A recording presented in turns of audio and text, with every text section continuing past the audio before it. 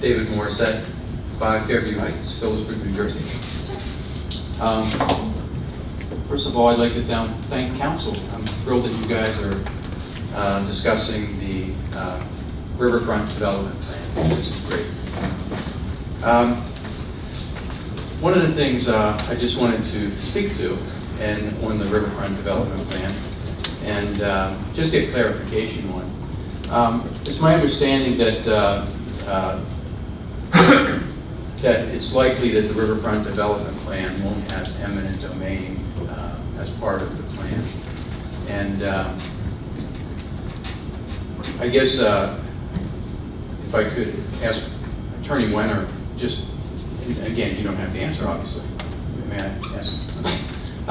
Attorney Wenner, when a development plan has eminent domain in it, how does that work? How is it executed?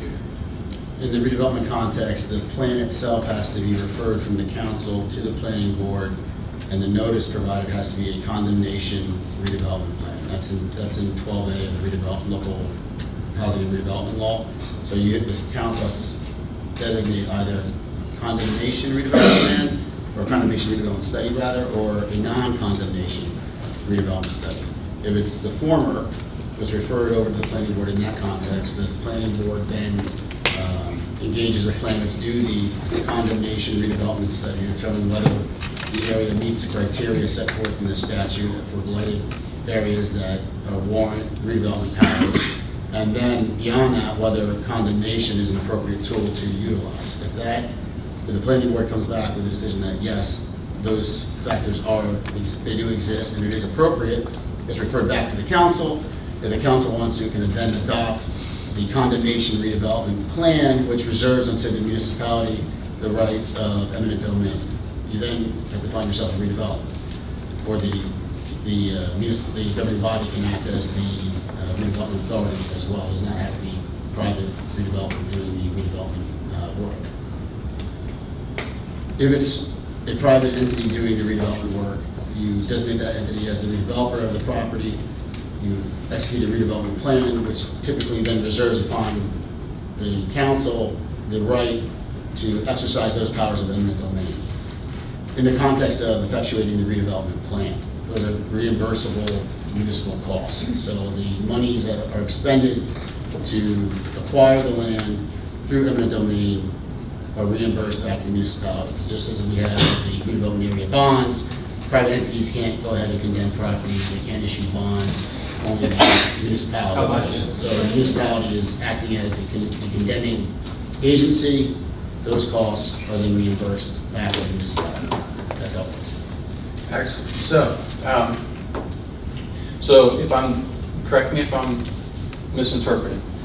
If eminent domain is in the redevelopment plan, eminent domain could only be executed with the consent of council. Correct.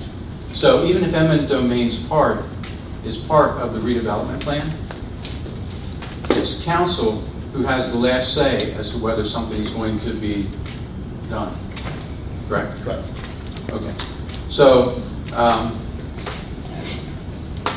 if council felt that there was something that shouldn't be handled through eminent domain and condemned or whatever, and they could say, no, we're not going to do it. We're not going to execute eminent domain. That decision would have to be made prior to the redeveloper's agreement being executed. So you can't. So once you designate the redeveloper and you adopt the redeveloper's agreement, if you're going to have those powers, the ability to exercise those powers, that's going to be set forth in that agreement. Right. As it relates to the redevelopment area in general. So if it's in the redevelopment plan and there's a property that's, say, worth $50,000 and the person wants $1 million for it, right? And if eminent domain is in the plan, the developer could say, this person isn't being reasonable, and they would bring it back to council, and council would have the right to say, we want the redevelopment to proceed, this property owner isn't being reasonable, and the property owner would be encouraged because of the potential of the eminent domain to settle for a fair market price. Is that correct? It would have to be also in the agreement itself, the redeveloper's agreement. So you can have, Right. you can have those, but if it's assuming that it's also in the agreement between the municipality and the redeveloper, then yes. Okay. So if eminent domain isn't part of the redevelopment plan, and that person who has a $50,000 house wants $1 million for it, that stops the development cold, right? And that the person not willing to sell it, depending upon how vital that is to the redevelopment project, yes, that could happen. Okay. Yeah, that's all I was wondering. Thank you very much. So, Mr. Morrisette, Mr. Councilman Lutz, would you like to address him? Yes, I'd like to just, Please. sorry, please. So that could mean that it could be ending in court, and it could be years?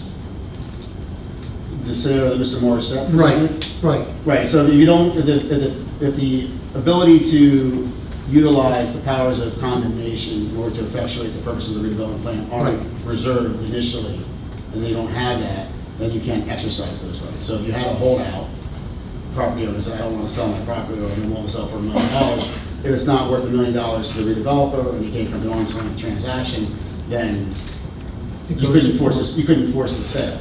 Right. You could not force the sale. If you have those powers in the plan, and you have that situation, it's still a last resort. You don't jump to condemnation. The developer has an obligation to attempt arm's length transaction, fair market value, appraisals, and all that stuff. You can't come in and say, well, I'll give you $100 for a property that's worth $50, Right. and then use condemnation. But it still could be held in court Yes.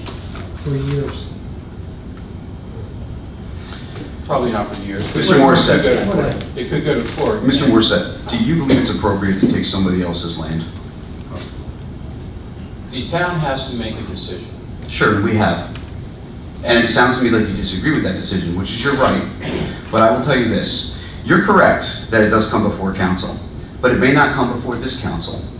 And with the way things are going right now in town, I would be worried if it went before another governing body, especially if it were my family's home.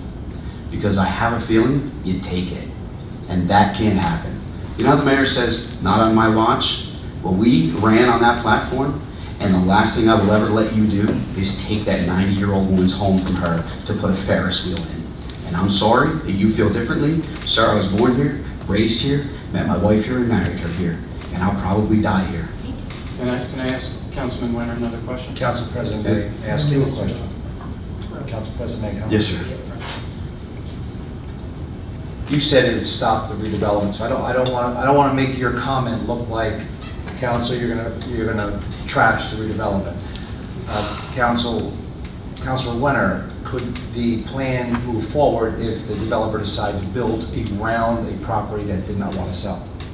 Yes, and again, we're Right. talking, you know, hypotheticals that fit any situation you want to occur. I mean, you have a hypothetical where the property owner refuses to sell. You have a hypothetical where the property owner does sell, or not selling kills the plan, or not selling, you know, the plan still succeeds. So it's really a matter of procedurally what has to happen in order to have the power of condemnation. And you saw it in Long Branch, you see it in cities east where you have the need for condemnation. And actually the whole condemnation redevelopment study, that requirement that's in 12A, came out of a case where the housing authority, it's in Harrison, did a redevelopment plan, put it out, designated an area to be redevelopment, reserved upon themselves the right for eminent domain, but then notify the property owners that they were reserving upon themselves the right of eminent domain. The time period for appealing the adoption of the redevelopment plan passed, the redevelopment plan began to get implemented, and a property owner who had a successful business in that area, you know, an automotive shop, found out that they were trying to take his land through the domain. He didn't want to sell. He challenged him. He was well outside the time frame for challenging. The court said, you know what, that's a serious property right that you're being deprived of. You should have had notice that this may have been used by the municipality. And that's why you have the legal framework that we have today, where you have to give notice. Now, as to the efficacy of using eminent domain and whether it's a good tool or not, that's a policy decision. It certainly is a tool. Right. You're well versed in the area, fairly well versed in the area of